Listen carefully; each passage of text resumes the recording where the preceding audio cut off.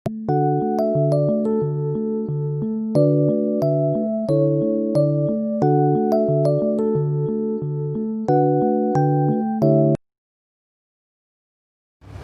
Friends, मैं अमित शर्मा नई video के साथ। आज हम इलेक्ट्रिक फ्लक्स और गॉस थ्योरम से के मिले जुले न्यूमेरिकल्स करेंगे, जिससे कि हमें अपने टॉपिक अच्छी तरह से समझ में आए। थ्योरी और न्यूमेरिकल दोनों का कोरिलेशन होता है और इसी को हमें अच्छी तरह से समझना है। तो हम चलते हैं अपने न्यूमेरिकल्स पर। पहला न्यूमेरिकल है विद्युत स्थैतिक क्षेत्र। कौन सा हो जाएगा ये? Static electric field vector E. Static electric field vector E कितना होगा? यहां पर दिया हुआ है 2i cap plus 4j cap plus 7k cap में रखने पर ये जो सरफेस दिया हुआ है vector S equal to 10j cap से होकर कितना फ्लक्स बाहर आएगा? आउटगोइंग फ्लक्स निकालना है बाहर की साइड में, सही है नहीं? अब अगर हम इसे फिगर के रूप में देखें तो हमारे पास देखिए क्या बन जाता है। ये x, ये y और ये z, ये i कैप और ये j कैप और ये k कैप। यहाँ पर ऐसा पॉइंट है जो i, j और k तीनों में है। यहाँ पर जो पृष्ठ है, ये वाला पृष्ठ इस तरीके से है कि इसका पोजीशन वेक्टर आपका इधर तो i कैप है, हमें j कैप चाहिए। तो अब क्या होगा? ये इस तरीके से सेट है कि यहाँ पर ये इस तरीके से है। ये है 10j कैप y एक्सिस के अंदर, ठीक है। तो विद्युत फ्लक्स क्या हो जाएगा? Phi equal to vector E dot vector S, ये डॉट प्रोडक्ट है। Phi equal to 2i cap plus 4j cap plus 7k cap dot 10j cap. आपका स्केलर प्रोडक्ट के अंदर i cap dot i cap equal to j cap dot j cap equal to k cap dot k cap equal to 1 होता है। अब यहाँ पर अगर हम डॉट प्रोडक्ट लेंगे तो हम क्या करेंगे? j का j से डॉट प्रोडक्ट ले लें। हम क्या करेंगे? j का j से, तो कितना हो जाएगा? 4 into 10 j cap dot j cap, सही है। क्यों? क्योंकि i cap dot j cap और k cap dot j cap दोनों क्या हो जाएंगे? 0 हो जाएंगे। तो फाई इक्वल टू कितना हो गया? 40 into j cap dot j cap, यहाँ पर 1 होता है। तो फाई इक्वल टू 40, फाई का क्या होगा? वोल्ट इंटू मीटर, यूनिट हो जाएगा। सेकंड क्वेश्चन है हमारा। सेकंड क्वेश्चन है 5i cap plus 10j cap volt पर मीटर। वोल्ट पर मीटर क्या होता है? Electric field. ये क्या हो जाएगा? 5i cap plus 10j cap.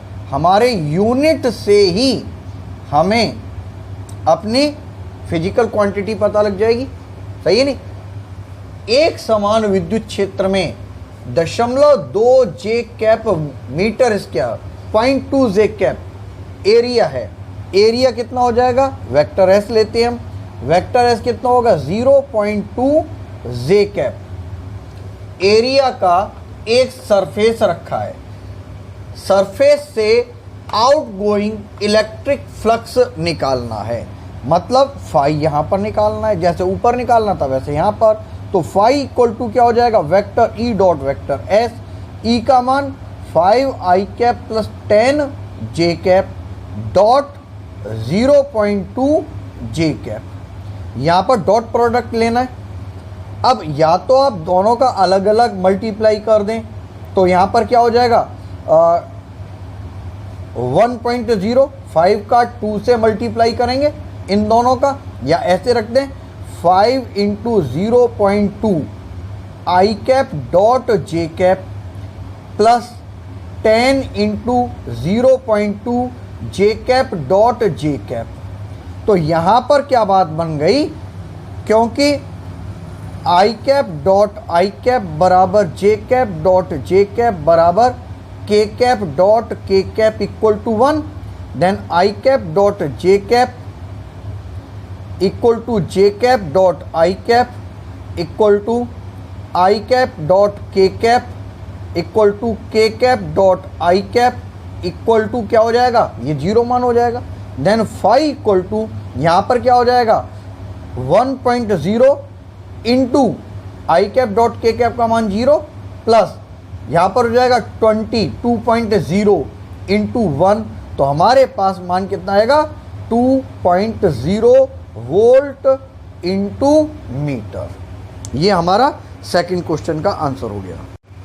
Third question है, एक एरिया में, एक क्षेत्र में इलेक्ट्रिक फील्ड की intensity vector E equal to दी गई है। हमारा थर्ड क्वेश्चन है vector E equal to 1.2 I cap plus 1.6 J cap newton per coulomb, newton per coulomb है वाई जेड तल के समानांतर, वाई जेड तल।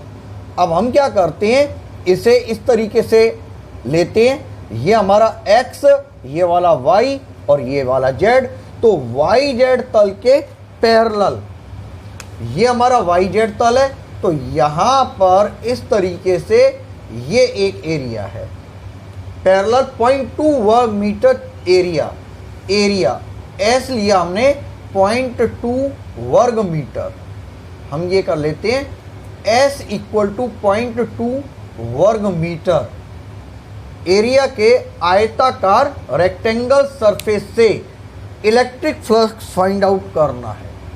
इलेक्ट्रिक फ्लक्स जब ये जा रहा है तो इसका जो यहाँ पर पोजीशन वेक्टर होगा, वेक्टर S, ये किस साइड में होगा, ये आई कैप साइड में होगा। भाई x के पैरेलल है तो ये आई कैप की साइड में हो गया। वाई जेड तल जब होता है तो वाई जेड तल का आप मतलब समझिएगा हमने ये एक्सिस लिए, ये x है, ये y है और ये वाला z है, सही है नहीं। जब y z तल मैंने इसे x लिया है, इसे y लिया है, इसे z लिया है, तो y z तल ये वाला होगा। तो अगर हम यहाँ पर ये वाला एरिया लें, सही है नहीं, तो ये वाला सरफेस हो गया, इस सरफेस के परपेंडिकुलर आपका क्या होगा, ये होगा ना पोजीशन वेक्टर। ये किसके पैरेलल होगा, इसके पैरेलल हो गया या नहीं, तो x के पैरेलल हो गया, तो यहाँ पर x आई कैप आएगा, ठीक है नहीं, ये आई कैप। तो ये क्या हो गया, वेक्टर s इक्वल टू कितना मान दिया हुआ है 0.2 वर्ग मीटर, सही है नहीं। डायरेक्शन कौन सी हो गई, आई कैप।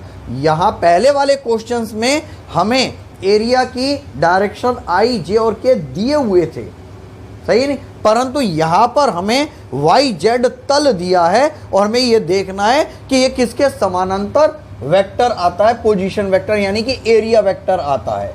तो फाई इक्वल टू क्या हो गया, vector E dot vector S, बाकी सब वैसे का वैसे हो जाएगा 1.2 आई cap plus 1.6 J cap dot 0.2 I cap. अपनी सरलता के लिए जो डॉट प्रोडक्ट है, डॉट प्रोडक्ट में हम ध्यान रखते हैं I cap dot I cap तो 1 हो जाएगा, लेकिन J cap dot I cap equal to 0 हो जाएगा।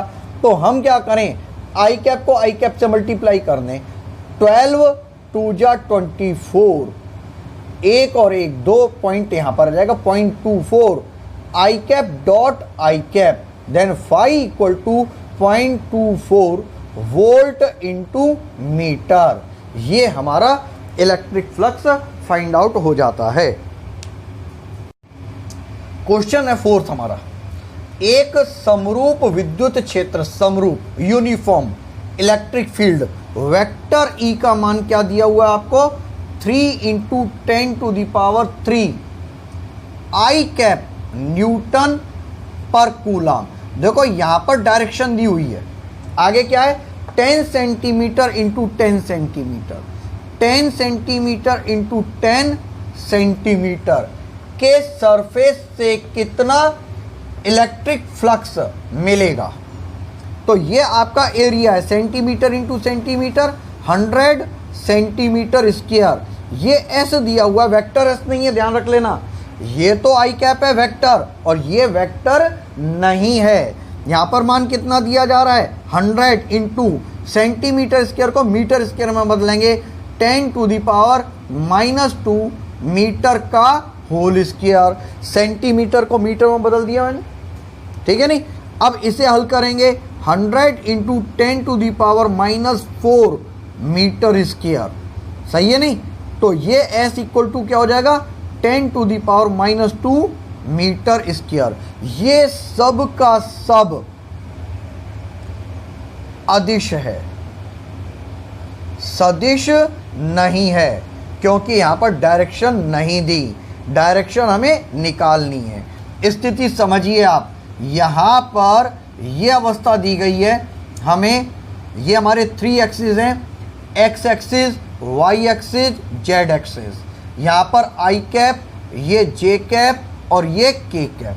हमसे क्या कहा जा रहा है, सरफेस के, पृष्ठ के तल के अभिलंब। ये तो सरफेस है, ये वाला पूरा सरफेस है, सरफेस के अभिलंब ये हो गया पोजीशन वेक्टर, यानी कि एरिया वेक्टर।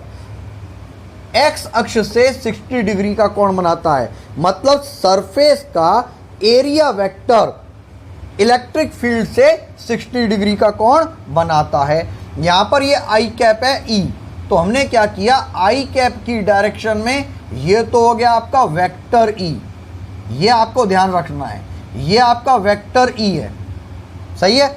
अब ये क्या कर रहा है, जो सरफेस है, सरफेस हमने इस तरीके से पकड़ा, सरफेस का एरिया ये वाला जा रहा है, ये वाला, और ये वाला है इसका वेक्टर एस, एरिया वेक्टर, सही है नहीं, जो इलेक्ट्रिक फील्ड से कितना कोण बना रहा है 60 डिग्री का बना रहा है।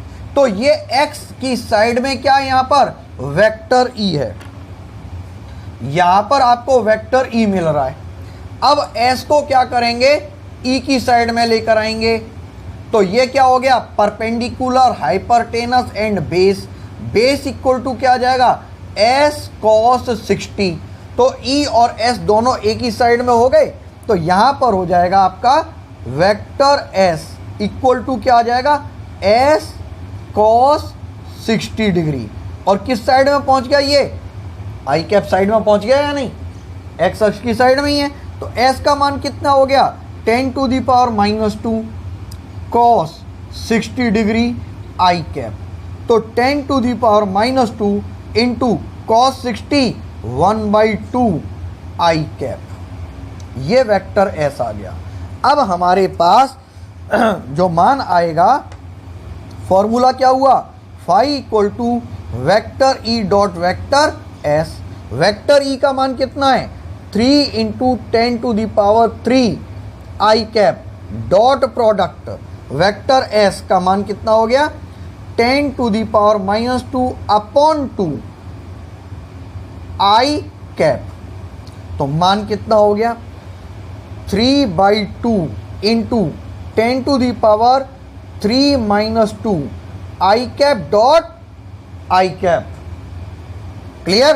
तो यहां पर मान कितना हो जाएगा आपका 3/2 का क्या हो जाएगा 1.5 into 10 i cap dot I cap 1, because i cap dot I cap equal to 1। तो ये क्या हो जाएगा 15 वोल्ट इंटू मीटर। ये आपका फाई का मान प्राप्त हो जाता है। हमारा जो पांचवा क्वेश्चन है, पांचवा और चौथा एक जैसा ही है। यहाँ पर 60 डिग्री की बात की जा रही है, आगे हमारी 30 डिग्री की बात की जा रही है। जरा देखें, एक समरूप विद्युत क्षेत्र ई का मान दिया हुआ है, कितना दिया हुआ है 5 × 10⁻³ आई कैप। ये आई कैप है तो ये वेक्टर ई अपने आप हो गया। न्यूटन पर कूलाम में एक 10 सेंटीमीटर भुजा, यहां पर हमने लिए भुजा, भुजा मतलब साइड ली है इसकी, एक हमने साइड लिए ए, कितनी दी गई है 10 सेंटीमीटर वाला वर्गाकार मतलब स्क्वायर का समतल पृष्ठ है, एरिया ऑफ स्क्वायर,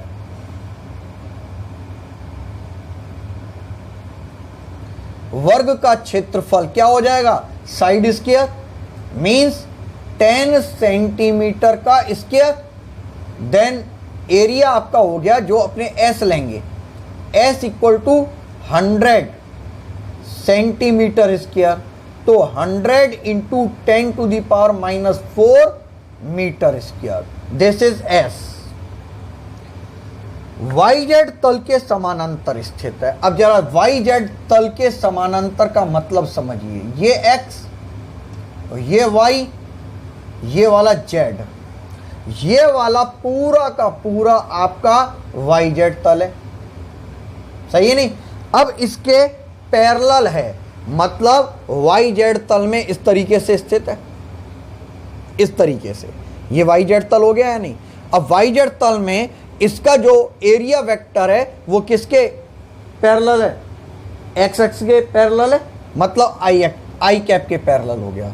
अब ये क्या कह रहा है, YZ तल के समानांतर स्थित है, पैरेलल है, पृष्ठ से सरफेस से कितना विद्युत फ्लक्स गुजरेगा, आउटगोइंग फ्लक्स कितना होगा, यदि पृष्ठ का तल एक्स अक्ष की दिशा से 30 डिग्री कोण बनाता है तब कितना विद्युत फ्लक्स होगा। तो इस तरीके से हमारे पास दो क्वेश्चन बन गए, एक तो है समानांतर स्थित है, कितना विद्युत फ्लक्स गुजरेगा, तो यहां पर क्या हो जाएगा, जब वेक्टर एस लेंगे तो ये क्या हो जाएगा 100 into 10 to the power -4 i cap, जब ये इस साइड में है, ठीक है नहीं। तो यहां पर क्या हो जाएगा, phi equal to vector E dot vector S, vector E का मान 5 into 10 to the power 3 i cap dot S का मान 100 into 10 to the power -4 i cap, क्या हो जाएगा 500 into 10 to the power 3 -4 i cap dot I cap, then 500 into 10 to the power -1 into 1 because i cap dot I cap equal to 1, तो यहां पर क्या हो जाएगा 50, भाई ये माइनस के कारण एक जीरो कट जाएगी यहां से, तो 50 वोल्ट इंटू मीटर, ये पहली कंडीशन में आपको मान मिल गया, सही है।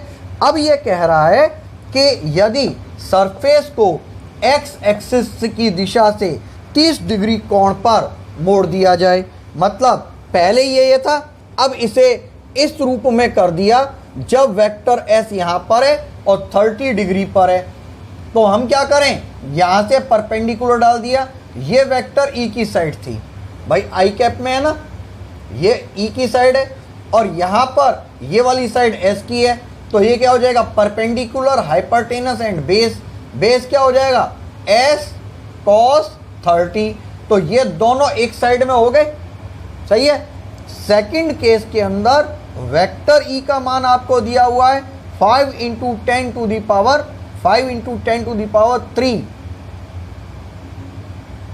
आई कैप और न्यूटन पर कूलम, और आपका मान एस क्या दिया हुआ है, आपको एस दिया हुआ है, वेक्टर एस बराबर S cos 30 i cap, then vector S i cap के कारण ये वेक्टर एस है, वरना ये केवल एस होता, तो एस का मान कितना दिया हुआ है यहाँ पर 100 into 10 to the power -4 cos 30 i cap, ये हो जाएगा 10 to the power -2 cos 30, cos 30 का मान √3/2 i cap dot I cap, तो ये आपका मान बन गया √3/2 into 10 to the power -2 into 1, ये वेक्टर एस, सही है नहीं, वेक्टर एस, ये क्या कर दिया cos 30, ये आई कैप डॉट आई कैप क्यों आ गया,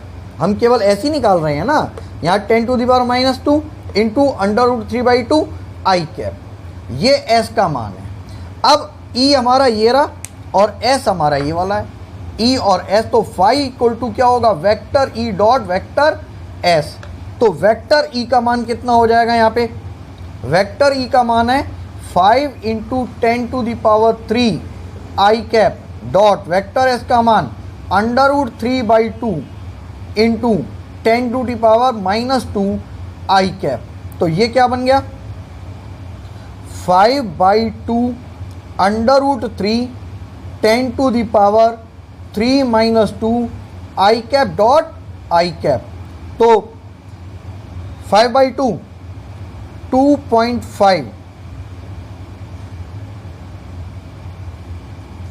√3 इंटू 10 इंटू 1, या आप ये समझ लीजिए 25√3 वोल्ट इंटू मीटर। चाहो तो √3 का मान रख दें, 1.732 मल्टीप्लाई करके आपका आंसर आ जाएगा, वरना आप इसी को आंसर कह सकते हैं। नेक्स्ट क्वेश्चन है हमारा 4500 फ्लक्स लाइंस हैं जो किसी क्लोज्ड पाथ, क्लोज्ड सरफेस के भीतर जा रही हैं। मतलब ये एक क्लोज्ड सरफेस है, इसके अंदर इस तरीके से जो फ्लक्स रेखाएं हैं, लाइन है 4500, ये इसके अंदर एंटर कर रही हैं, सही नहीं, और 2500 फ्लक्स रेखाएं उस पर से बाहर निकल रही हैं।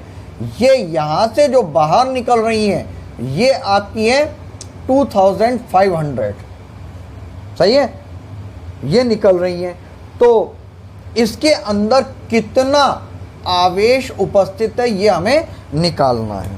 अब आप देखिएगा, ये आपका इनकमिंग फ्लक्स है, निवेशी फ्लक्स। निवेशी हमेशा कैसा होता है, ये होता है हमेशा ऋणात्मक, और निर्गत आउटगोइंग फ्लक्स हमेशा कैसा होता है, धनात्मक। मैंने आपको बतलाया था कि जो ऋणात्मक है, जो नेगेटिव है, नेगेटिव क्या करता है, यहां पर इनफाइनाइट से सेंटर की ओर लाइन ऑफ फोर्स होती है, और पॉजिटिव में क्या होती हैं, सेंटर टू इनफाइनाइट जाती हैं।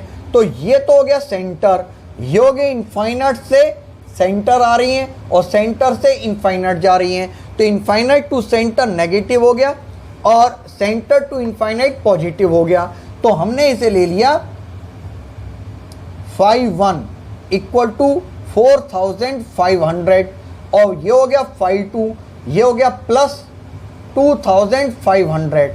इसे क्या लेंगे, हमें लेना पड़ेगा माइनस, ऋणात्मक है, नेगेटिवली है।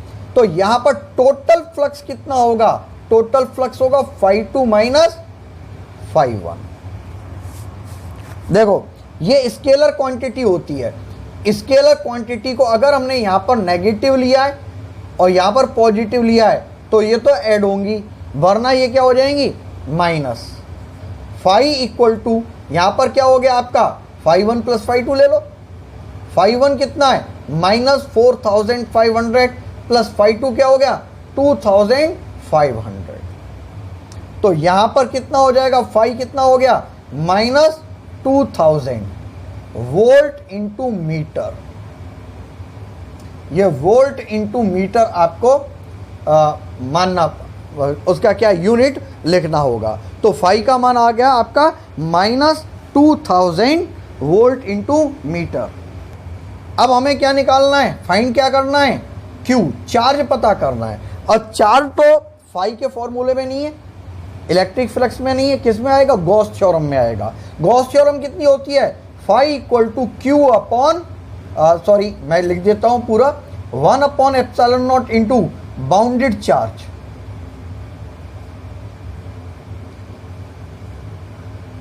हिंदी में कहेंगे इसे परिबद्ध आवेश। चार्ज कितना बाउंडेड है, 1 upon epsilon not into q, then Q equal to epsilon not into 5। तो एप्सिलॉन नॉट का मान कितना होगा 8.85 into 10 to the power minus 12 into 5 का मान कितना लिया -2000। तो ये कितना हो जाएगा माइनस में 2000, अपने मल्टीप्लाई कर देंगे 10, 1, 17 और 18.70 इंटू 10 टू द पावर 12 में से 3 गए -9। 18.70 इंटू 10 टू द पावर -9। यहां पर 10 to the power -19, 250, 28,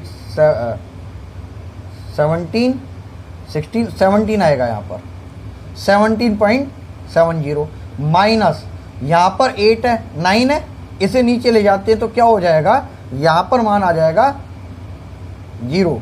1.77 into 10 to the power -8 क्या हो जाएगा कूलाम।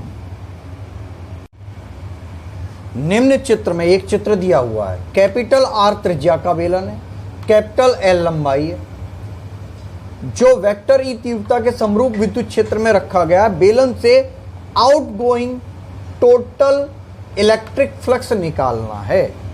अब जरा देखेंगे, ये वेक्टर ई है, ये इसका पोजीशन वेक्टर यानी कि एरिया वेक्टर, ये एरिया वेक्टर वेक्टर डीएस हो गया। इन दोनों के बीच में थीटा का मान कितना हो गया 0 डिग्री। ई और डीएस दोनों पैरेलल है। अब यहां पर हमें वेक्टर ई तो इस साइड में दिया गया है, डीएस ऊपर दिया है, तो यहां पर थीटा कितना हो गया दोनों के बीच में 90 डिग्री का हो गया। अब वेक्टर डीएस तो इस साइड में है, परंतु हमें मालूम है कि वेक्टर ई इसी साइड में जा रहा है, दिया हुआ है वेक्टर ई हमें, सही है। तो इन दोनों के बीच में यहां पर जो थीटा होगा वो कितना होगा 180 डिग्री का। क्लियर है। अब हमें टोटल इलेक्ट्रिक फ्लक्स निकालना है। Phi closed path integration vector E dot vector ds.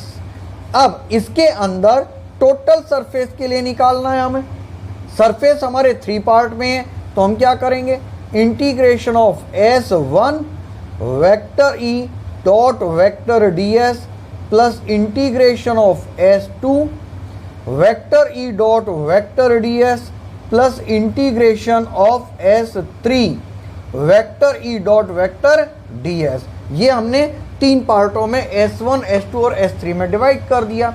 अब यहाँ पर आपको ध्यान रखना है, ये प्रोसेस आपको कई क्वेश्चंस में एज इट इज करना पड़ेगा, इसलिए इसे समझना जरूरी है। S1 में क्या है, S1 में ये जो वेक्टर E है और वेक्टर DS है, ये दोनों पैरेलल है। पैरेलल होने के कारण यहाँ पर थीटा इक्वल टू क्या हो गया 0 डिग्री हो गया। S2 में पैरेलल एंड अपोजिट है, वेक्टर E और वेक्टर DS दोनों पैरेलल हैं बट अपोजिट है, अपोजिट डायरेक्शन है, ठीक है नहीं। तो यहां पर थीटा क्या हो गया 180 डिग्री का हो गया। S3 में क्या हो गया, यहां पर वेक्टर E और वेक्टर DS परपेंडिकुलर है, थीटा इक्वल टू 90 डिग्री का हो गया। तो इसलिए यहां पर क्या हो जाएगा S1 पे E DS cos 0 प्लस यहां पर हो जाएगा S2 पर E DS cos 180 और प्लस S3 पर क्या हो जाएगा E DS cos 90 डिग्री। तो फाई इक्वल टू E बाहर, क्योंकि E सबके लिए कॉमन है, यूनिफॉर्म इलेक्ट्रिक फील्ड है, तो कांस्टेंट होके बाहर आ गया। अंदर क्या बच गया S1 DS cos 0 का मान 1 plus close path integration S2। यहां पर हमने क्या किया, E कांस्टेंट है, ये बाहर आ गया इंटीग्रेशन से। अंदर क्या बच गया DS cos 180 क्या हो गया -1 plus E close path integration S3 ds into 0। यहां पर इसका मान क्या होगा 0, क्यों cos 90 का मान 0 होता है।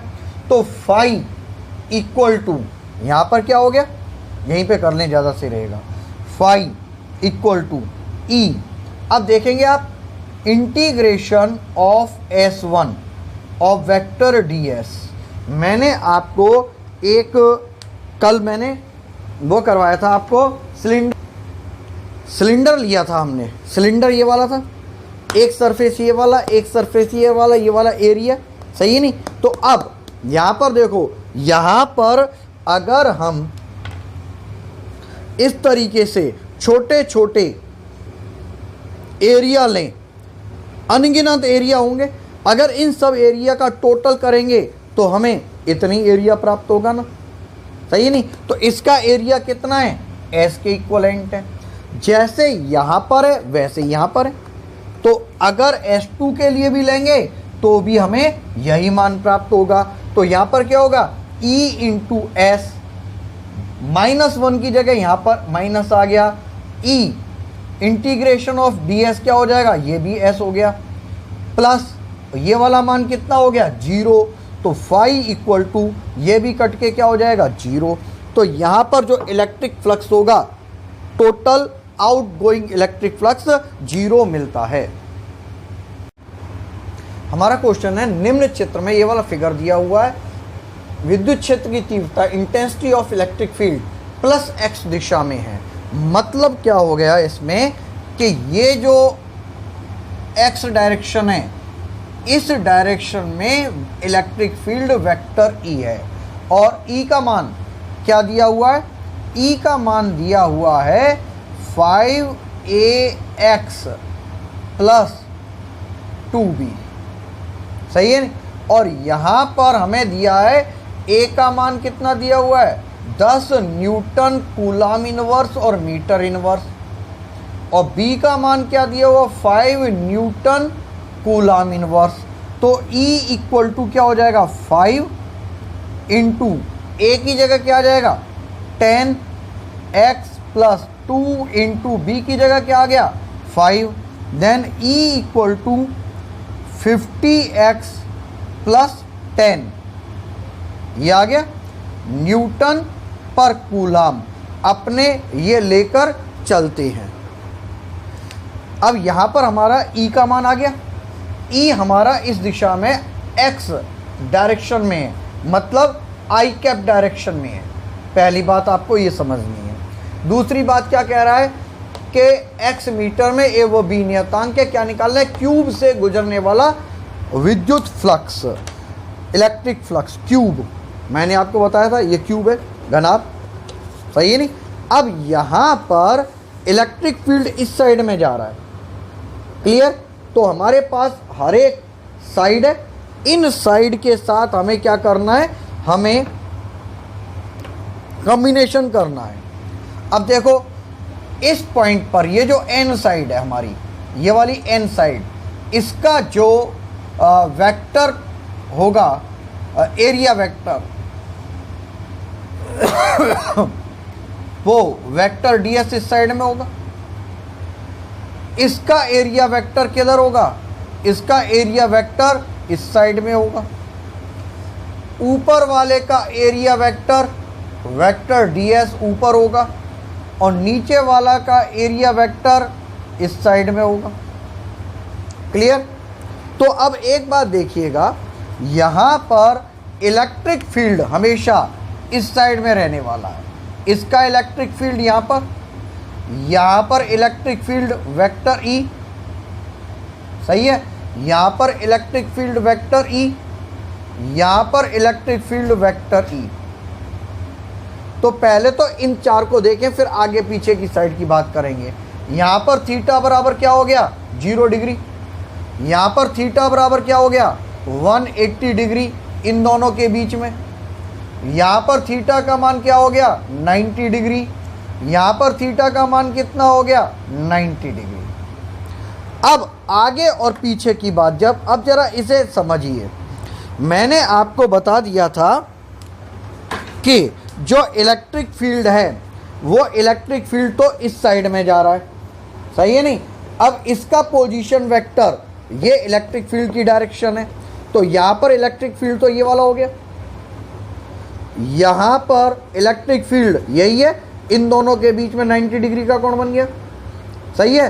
अब यहां पर इलेक्ट्रिक फील्ड ये तो ईस्ट साइड में ही, इन दोनों के बीच में आपको दिख रहा है 90 डिग्री का कोण बन गया। इसी तरीके से इलेक्ट्रिक फील्ड यहां पर ये वाला है, अब इस साइड में क्या होगा, इस साइड में इधर जाएगा, क्लियर। अब जरा ऊपर देखें, ऊपर हो गया, अब इधर देखें, इलेक्ट्रिक फील्ड की डायरेक्शन इस साइड में ये है, इस साइड में क्या हो गई, ये इलेक्ट्रिक फील्ड ये रहा, इसका स्थिति सदिश ये है 180 डिग्री। अब बात ये आ जाती है इधर 90 डिग्री हो गया, समझ लिया होगा आपने। और इसकी बैक साइड में भी क्या हो जाएगा, यहाँ पे भी 90 डिग्री हो जाएगा, ऊपर भी 90 डिग्री, नीचे भी 90 डिग्री। और cos 90 का मान क्या होता है, 0 होता है।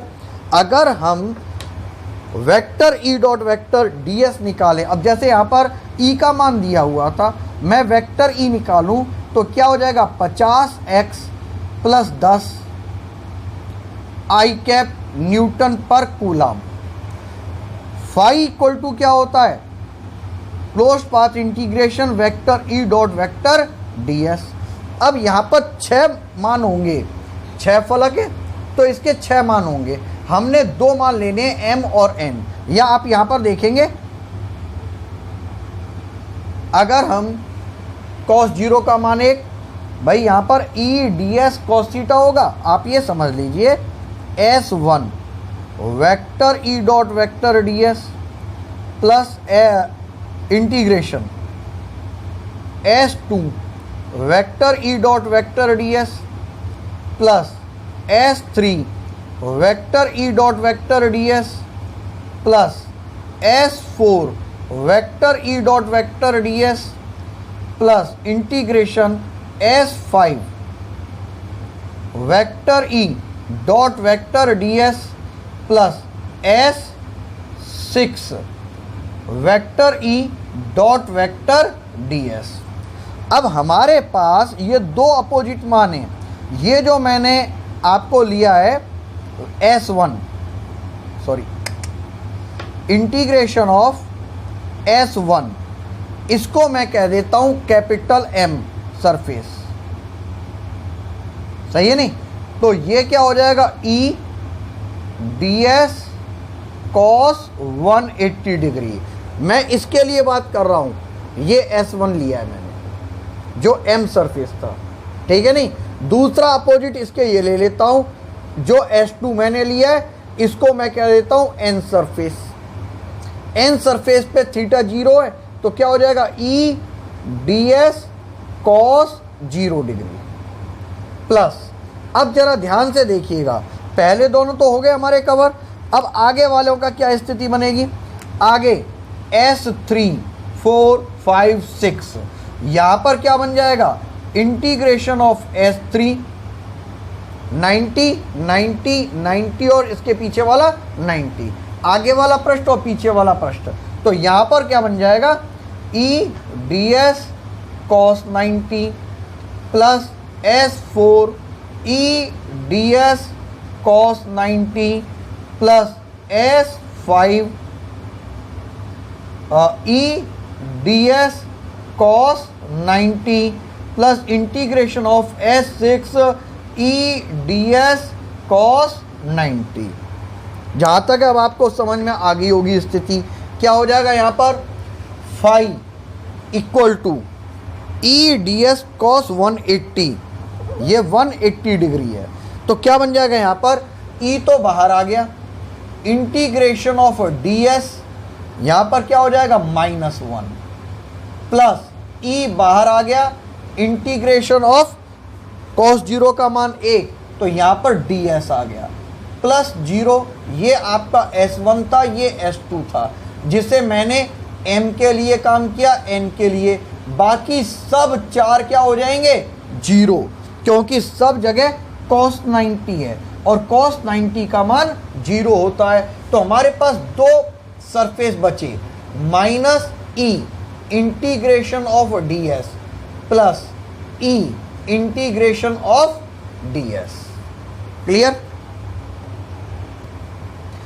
ये वाला जो सरफेस था ये S1m के लिए था और ये S2n के लिए था।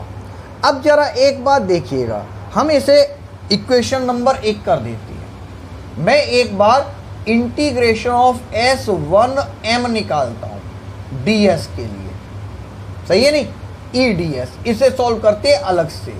E तो हमारे पास ये रहा, E का मान कितना है 50x प्लस 10, E का मान कितना आया, और ds एरिया है।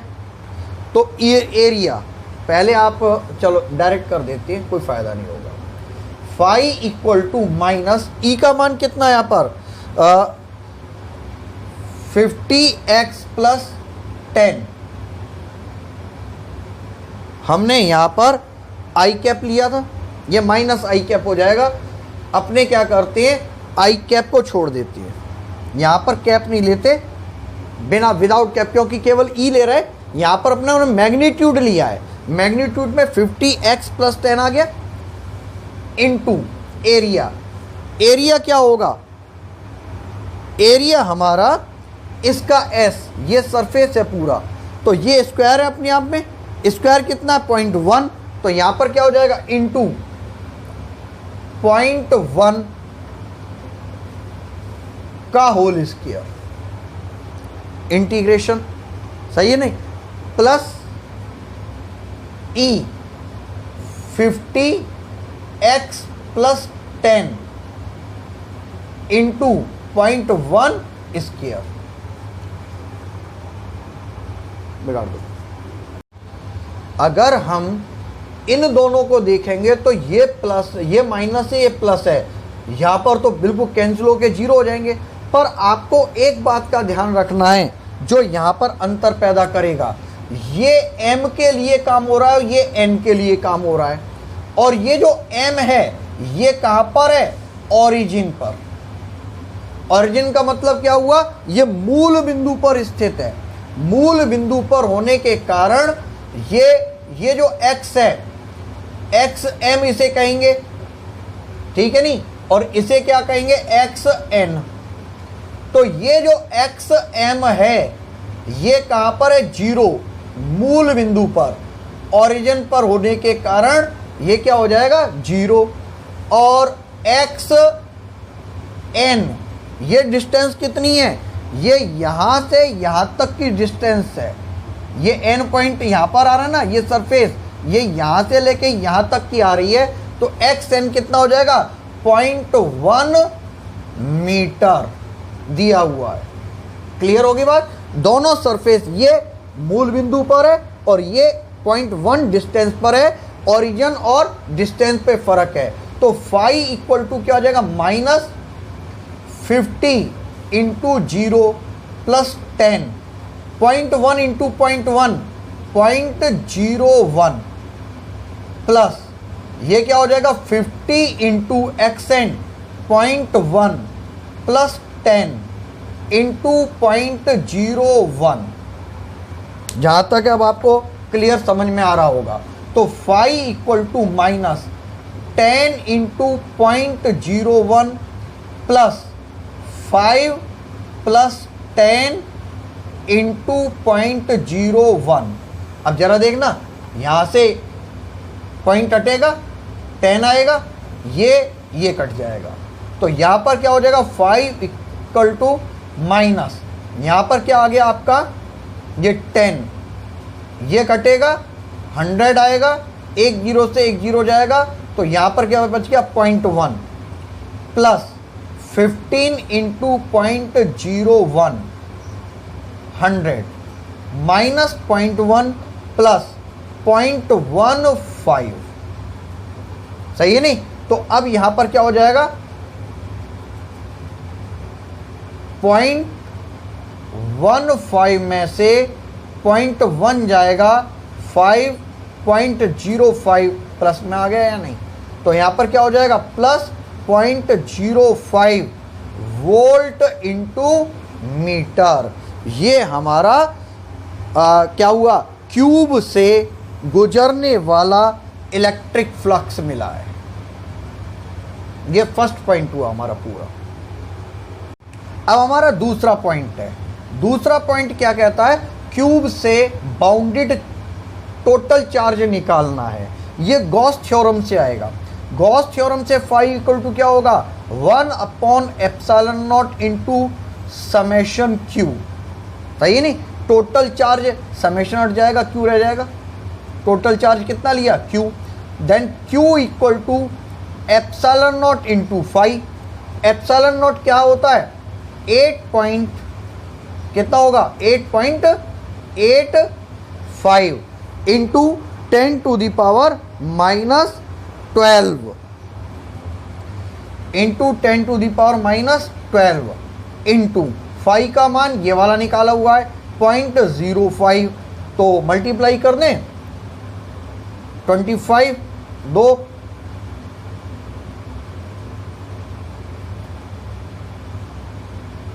44.25 इंटू, अच्छा 2 इधर और 2 इधर, ये तो आ जाएगा 0.4425 इंटू 10⁻⁻12।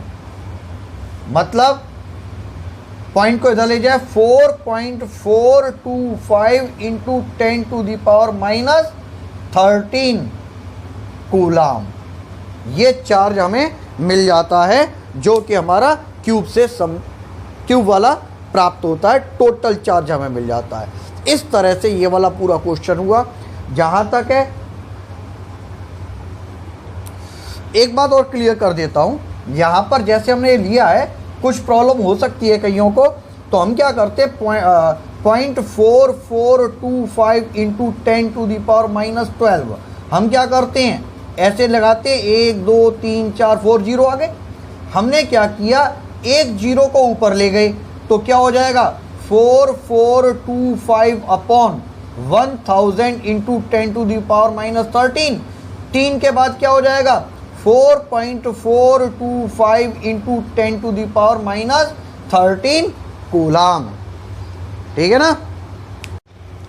आज का काम हमारा यहाँ पर समाप्त होता है। विद्युत फ्लक्स, इलेक्ट्रिक फ्लक्स से संबंधित आपने सभी तरह के, मैंने डिफरेंट टाइप के क्वेश्चन करवाने का प्रयास किया है और कोशिश किया आपको टॉपिक्स पूरी तरह से समझ में आ जाए। न्यूमेरिकल जब आप अपने हाथ से करेंगे तभी ये समझ में आएंगे, इस बात का विशेष ध्यान रखिएगा। तो ठीक है, हम नेक्स्ट वीडियो में मिलेंगे। धन्यवाद।